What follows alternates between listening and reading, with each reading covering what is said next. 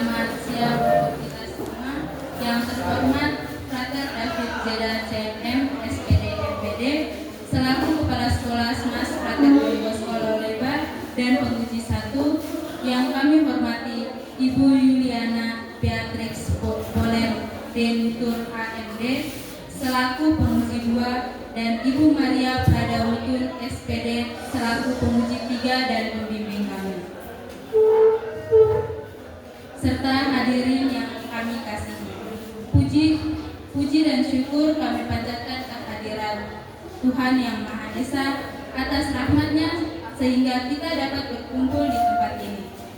Pada kesempatan ini kami akan mempresentasikan karya tulis ilmiah kami yang berjudul Inovasi Pemanfaatan Saripati Kacang Hijau sebagai Scrap dan Pelembab Alami. Sebelum kami memulai presentasi ini, izinkan kami untuk memperkenalkan diri kami terlebih dahulu. Baik, perkenalkan nama saya Felicitas Afia Lein Lajar sebagai pembicara 1. Perkenalkan, nama saya Yosefina Patina Lipa sebagai pembicara 2. Perkenalkan, nama saya Maria Octaviana Nukuatawolo sebagai pembicara 3. Selanjutnya saya memberikan kesempatan kepada teman Felin untuk memulai presentasi. Terima kasih atas kesempatan yang diberikan. Saya akan memaparkan bab 1, yaitu pendahuluan. Bab ini berisi tentang latar belakang, rumusan masalah, serta tujuan penelitian yang menjadi dasar dilakukannya penelitian ini. Pada bagian pertama, bagian latar belakang ini kita bisa melihat bahwa saat ini penggunaan kosmetik sintesis semakin meningkat karena dianggap lebih praktis dan memberikan hasil yang cepat. Namun, di baliknya kelebihannya tersebut, ternyata terdapat beberapa resiko hingga dampak kurang baik bagi lingkungan. Di sisi lain, kulit memiliki peran yang sangat penting bagi tubuh. Kulit tidak hanya berfungsi sebagai pelindung, tetapi juga mengatur suhu dan menjaga keseimbangan tubuh.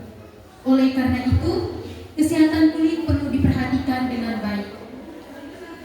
Berdasarkan hal tersebut, muncul kebutuhan alternatif perawatan kulit yang lebih aman dan ramah lingkungan.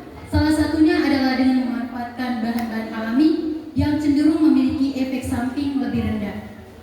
Dalam hal ini, kacang hijau atau Vigna radiata menjadi salah satu bahan alami yang berpotensi dengan kandungan vitamin, protein, dan antioksidan. Di dalamnya dapat dimanfaatkan sebagai bahan dasar perawatan kulit seperti scrub dan pelembab alami.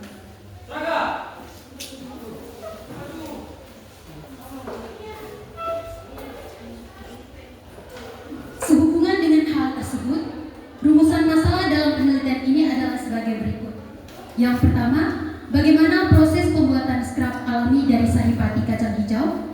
Yang kedua, bagaimana proses pembuatan pelembab alami dari saripati kacang hijau. Yang ketiga, apakah produk kacang hijau berpotensi sebagai alternatif perawatan kulit aman dan ramah lingkungan. Adapun tujuan yang hendak dicapai dalam penelitian ini adalah sebagai berikut. Yang pertama, mengetahui proses pembuatan scrub alami dari saripati kacang hijau. Yang kedua, mengetahui proses pembuatan pelembab alami dari saripati kacang hijau. Yang ketiga, mengetahui potensi kacang hijau sebagai inovasi perawatan kulit alami yang aman, ramah lingkungan. Potensi produk di dalam produk kami adalah pertama, inovasi produk alami lebih aman dari bahan kimia sintesis. Yang kedua, minim risiko iritasi dan alergi. Yang ketiga, ramah lingkungan, efektif dan ekonomis. Proses pembuatan scrub yang pertama, campur bahan kering dan cair, aduk hingga tercampur atau homogen dan simpan. Yang kedua, produk kedua, pelembab, itu campur saripati, air mawar, madu, minyak zaitun, aduk hingga lembut dan simpan. Manfaat penelitian, teoritis, pengetahuan baru dan referensi riset, praktis adalah bahan ajar sekolah, edukasi masyarakat, acuan pengembangan riset.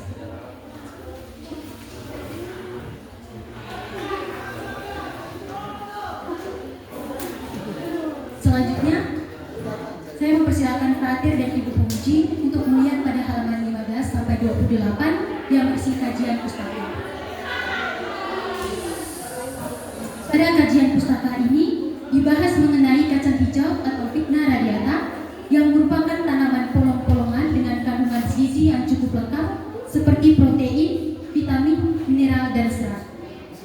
Kandungan tersebut memberikan berbagai manfaat, baik untuk kesehatan seperti menjaga jantung dan melancarkan pencernaan, maupun untuk kecantikan kulit seperti melindungi dari radikal bebas dan menjaga kelembapan kulit.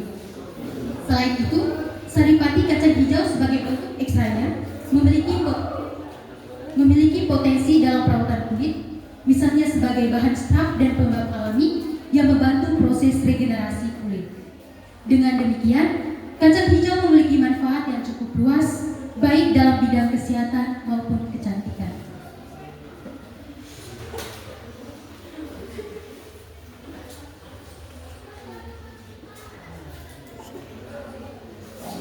Pada bagian ini dijelaskan mengenai bahan alami pendukung yang digunakan, yaitu tepung beras, minyak zaitun, air mawar, dan madu.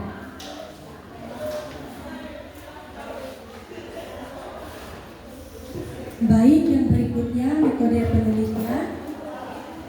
Yang pertama, jenis dan desain penelitian. Jadi penelitian kami ini menggunakan metode kuantitatif dengan pendekatan eksperimen. Desain penelitian yang kami pakai yaitu pre-test, post-test control design.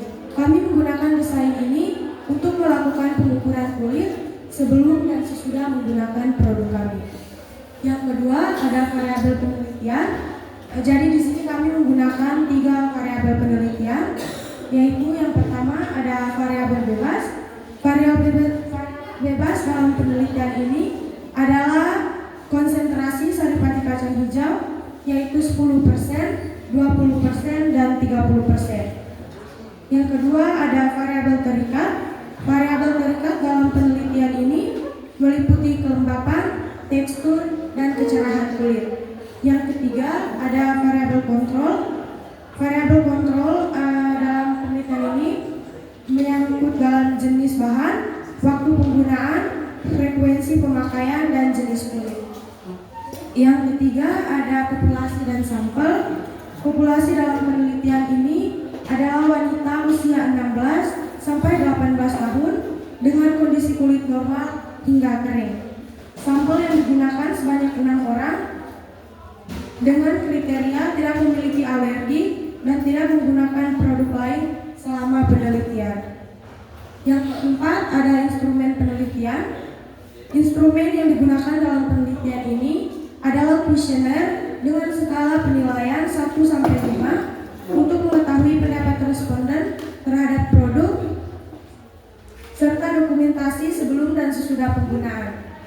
Penilaian dilakukan berdasarkan aspek organoleptik, yaitu aroma, warna, tekstur, dan tingkat kesukaan responden. Yang kelima ada prosedur penelitian. Prosedur penelitian ini dimulai dari persiapan bahan, kemudian pembuatan formulasi, body scrub, dan pelembab sesuai dengan variasi konsentrasi yang telah ditentukan. Selain itu, produk diaplikasikan kepada responden selama kurang lebih 3 hari. Selanjutnya, responden diminta mengisi kuesioner untuk menilai produk berdasarkan warna, aroma, tekstur, dan tingkat kesukaan. Terakhir, dilakukan dokumentasi sebagai data pendukung penelitian. Yang berikut hasil penelitian, formulasi dan pengamatan. Yang pertama ada formulasi body scrub. Dalam penelitian ini dibuat 3 variasi formulasi body scrub, yaitu formulasi 1 dengan konsentrasi 10%, formulasi 2 20%, dan formulasi 3 30%. Setiap formulasi memiliki total berat yang sama, yaitu 150 gram, namun berbeda pada jumlah saripati kacang hijau. Yang kedua, hasil organoleptik body scrub. Berdasarkan hasil pengamatan, terdapat perbedaan pada warna, aroma, dan tekstur dari setiap formulasi. Formulasi 2 dengan konsentrasi 20% menjadi yang paling disukai responden karena memiliki tekstur yang pas dan aroma yang tidak terlalu kuat. Yang ketiga ada proses pembuatan. Proses pembuatan dimulai dengan menimbang semua bahan, kemudian mencampurkan bahan kering dan bahan cair secara terpisah. Setelah itu semua bahan digabungkan dan diaduk hingga homogen, lalu dimasukkan ke dalam wadah bersih. Yang keempat, formulasi pelembab. Untuk produk pelembab digunakan bahan utama yaitu saripati kacang hijau, air mawar, minyak zaitun dan madu dengan total berat 50 gram. Yang kelima ada hasil pelembab.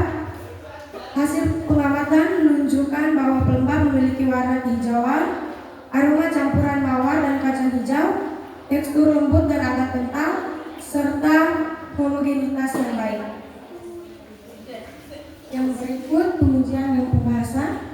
Yang pertama, uji kesukaan responden. Jadi untuk uji kesukaan responden lebih suka dengan body scrub kami yang formulasinya 20%. Terus untuk uji pH produk, untuk body scrub yang formulasi 10% itu pH-nya 6, yang formulasi 20% pH-nya 5, yang 30% pH-nya 5, dan pelembab juga pH-nya 5. Jadi aman untuk kulit. Terus untuk karakteristik body scrub, formulasi 1, tekstur lembut, lebih cair, ringan saat digunakan.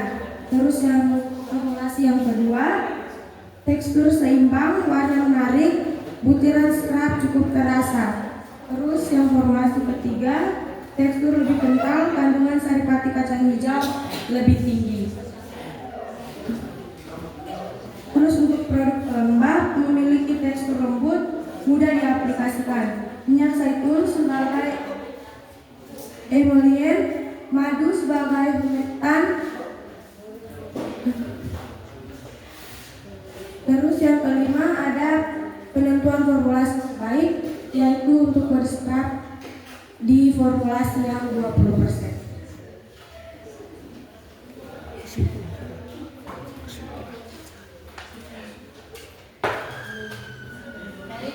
Masuk pada kesimpulan. Yang pertama, peningkatan kelembapan kulit yang signifikan oleh produk saripati kacang hijau. Yang kedua, variasi konsentrasi saripati memberikan pengaruh berbeda terhadap kondisi kulit. Yang ketiga, konsentrasi 30% saripati kacang hijau optimal untuk kelembapan, kehalusan, dan kecerahan kulit. Yang terakhir, analisis statistik P kurang dari 0,05 menegaskan pengaruh signifikan produk terhadap kelembapan.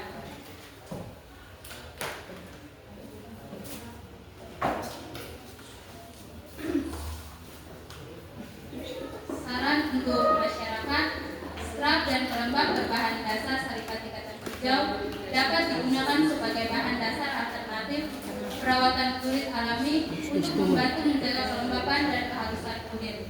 Untuk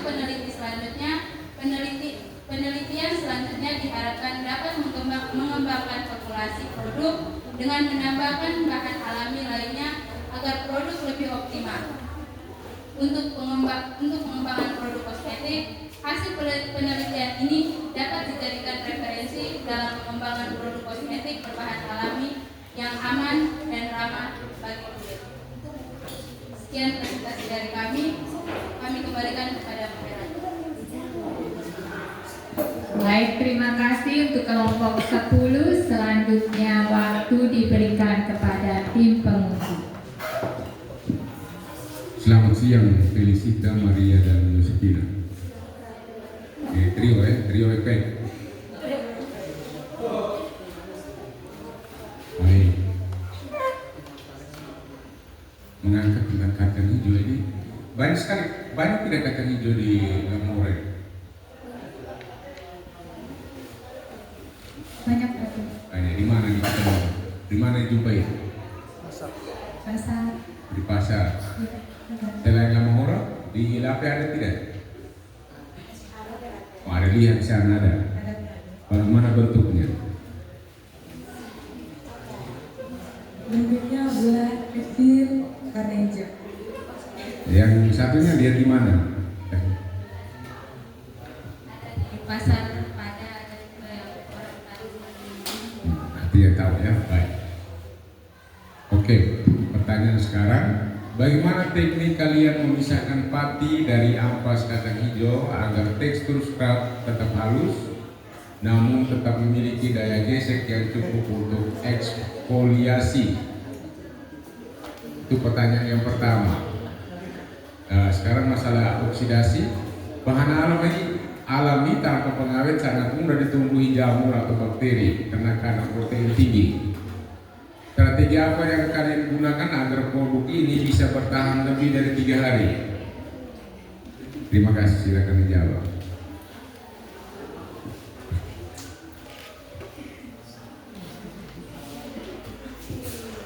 Jadi frater, untuk saripatinya untuk di scrap itu kami menggunakan tambahan tepung beras untuk tekstur scrap yang lebih baik. Terus untuk masa penyimpanannya, untuk produk kami dapat bertahan sampai 1 minggu jika produknya disimpan di dalam kulkas.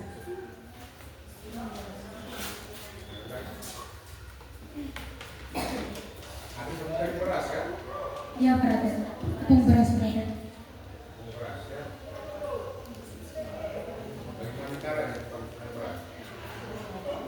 Kami mencampurnya dengan saripati kacang hijau dengan 4 bahan pendukung seperti madu, minyak zaitun, dan air mawar.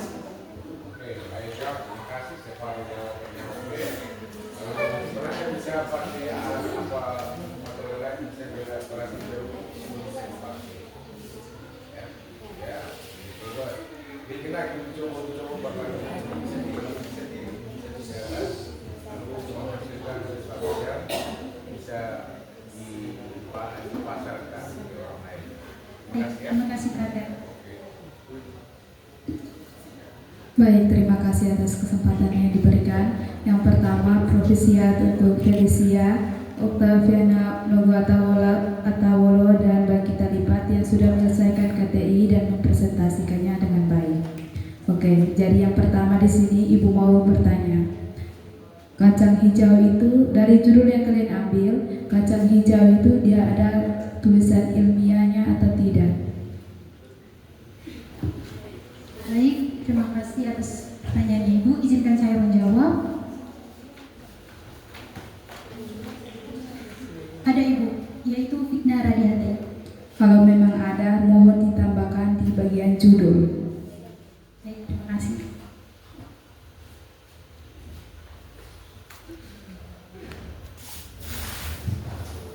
Terus pertanyaan yang kedua, di bagian pengertian kacang hijau di situ kalian menyebutkan bahwa pembuatan kacang hijau itu menghasilkan bubur, kue dan lain-lain. Berarti lain-lain itu apa?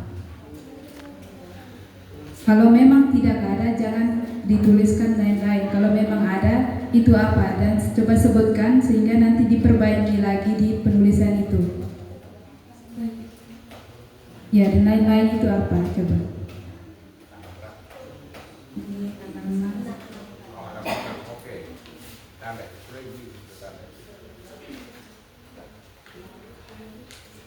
Coba yang kalian ketahui, pembuatan bubur, kue, dan lain-lain. Berarti dan lain-lain apa saja? Baik, terima kasih atas pertanyaannya.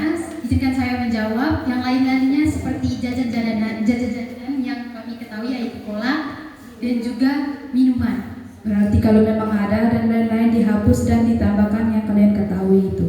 Baik, terima kasih.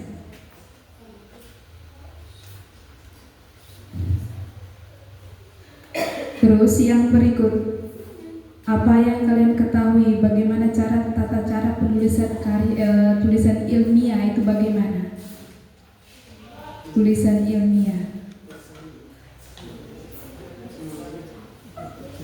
Baik, terima kasih Bu. Dalam penulisan ilmiah itu tata caranya Bagaimana dia punya tulisannya? tulisan miring Ibu. Nah, apa kalian punya di situ miring atau tidak? Coba dicek. Selain miring, apa lagi yang kalian ketahui?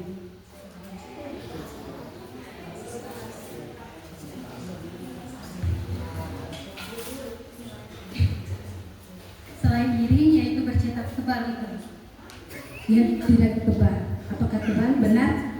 Kamu bertiga, apakah memang tulisannya ini?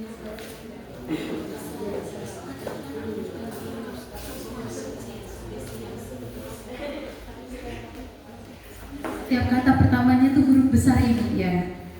Terus kalian punya di situ kacang hijau sendiri, dia punya ilmiah di situ awalnya masih kecil, berarti wajib dirubah. Terus yang berikut di bagian kandungan kacang hijau lumayan tinggi, jangan kata lumayan ya. Hapus kalimat tulisan lumayan itu. Terus di bagian manfaat kacang hijau, di situ kalian menjelaskan yang pertama kafikan. Apa itu kafikan?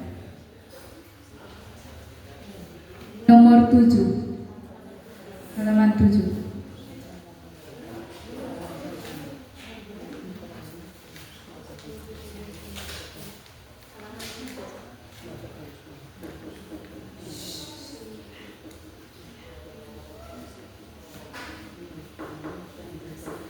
Baik Ibu, mohon maaf untuk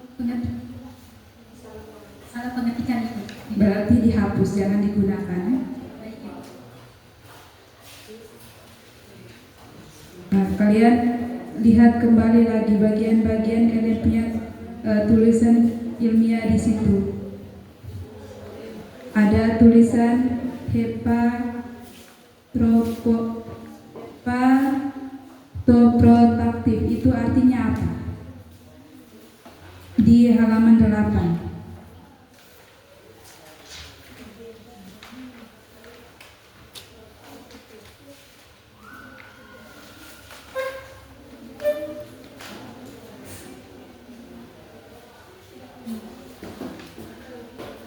Di paragraf kedua, hepatoprotective.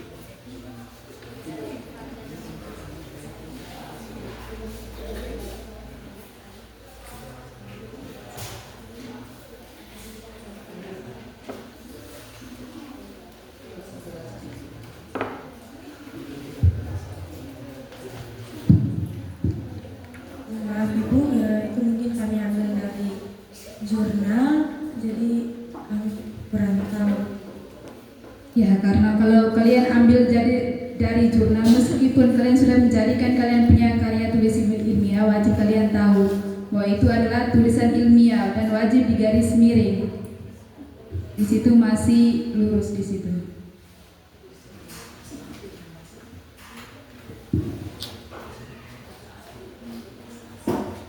Terus di bagian halaman 10 juga di situ yang kalian sebutkan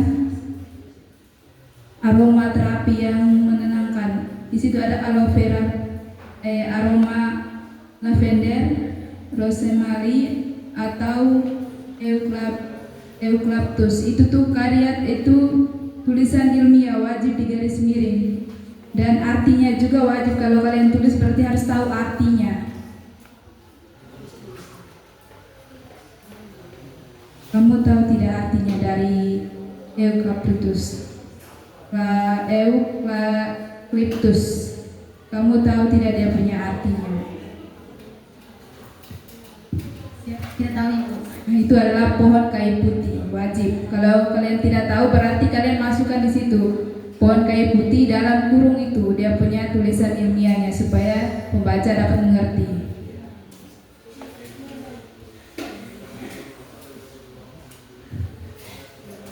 Terus yang berikut untuk kalian punya subbab, di situ kalian menggunakan Times New Roman 14 kalau tidak salah. Nah, kalau kasih rapikan dia semuanya dikasih 12 biar kelihatan rapi.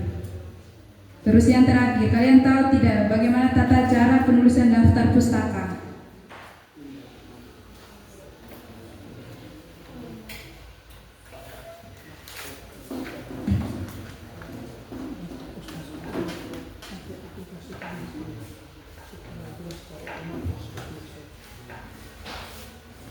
Di situ daftar pustaka kalian tulis itu wajib ada dengan judul arti kalian ambil. Jangan hanya copy dia punya link yang kalian masuk di daftar pustaka, tapi wajib ada dia punya judul. Karena di bagian penulisan kalian di situ banyak nama sumber-sumber yang kalian ambil. wajib di daftar pustaka juga wajib kalian isi nama yang kalian ambil itu, jangan hanya copy linknya saja. Oke, sekian dari Ibu. Terima kasih.